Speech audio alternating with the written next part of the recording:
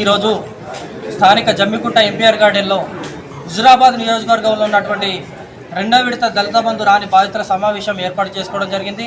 దీని యొక్క ముఖ్య ఉద్దేశం ఏంటంటే గత ప్రభుత్వం ప్రవేశపెట్టిన దళిత బంధు పథకాన్ని మొదటి విడతగా 5 లక్షల రూపాయలు మంజూరైనాయి.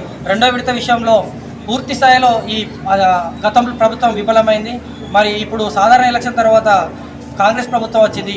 ఈ ప్రభుత్వం ఉన్న నిధులను పూర్తి స్థాయిలో మంజూరు చేస్తా అనుకుంటే గత 10 నెలల నుంచి అసలు దళిత బంధు మీద ఎలాంటి ప్రకటన కాదు కదా, దాన్ని ఊసే ఎత్తలేదు. మేము 10 నెలల నుంచి దళిత బంధు సాధన సమితిగా ఏర్పడి మండలాల నుంచి మొదలుకొని జిల్లా స్థాయి రాష్ట్ర స్థాయి వరకు కూడా అనేక కార్యక్రమాలు చేసినాము.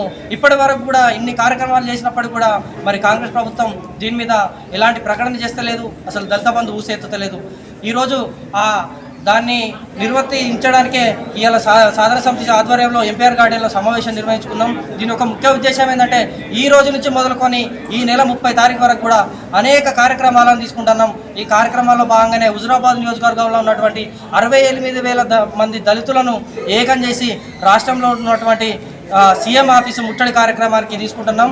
నేను ఈ కాంగ్రెస్ ప్రభుత్వాన్ని ఒకటే వేడుకుంటున్నా, ఈ సాధారణ ఎలక్షన్స్ సర్పంచ్ గ్రామ పంచాయతీ ఎలక్షన్ల లోపే ఈ రెండో విడత నిధులు ఏదైతే ఉన్నాయో అది పూర్తి స్థాయిలో వారి ఖాతాల నుంచి వారికి మంజూరు చేయాలని కోరుకుంటున్నా. లేని పక్షాల్లో మాత్రం దళితుల కోపాన్ని వాళ్ళ సత్తా ఏంటిదో ఖచ్చితంగా ఈ రాష్ట్ర ప్రభుత్వానికి చూపెట్టి ఈ కాంగ్రెస్ ప్రభుత్వానికి బుద్ధి చెప్పడానికి మేము సిద్ధంగా ఉన్నామని ఈ సందర్భంగా హెచ్చరిస్తున్నాను. జై భీమ్.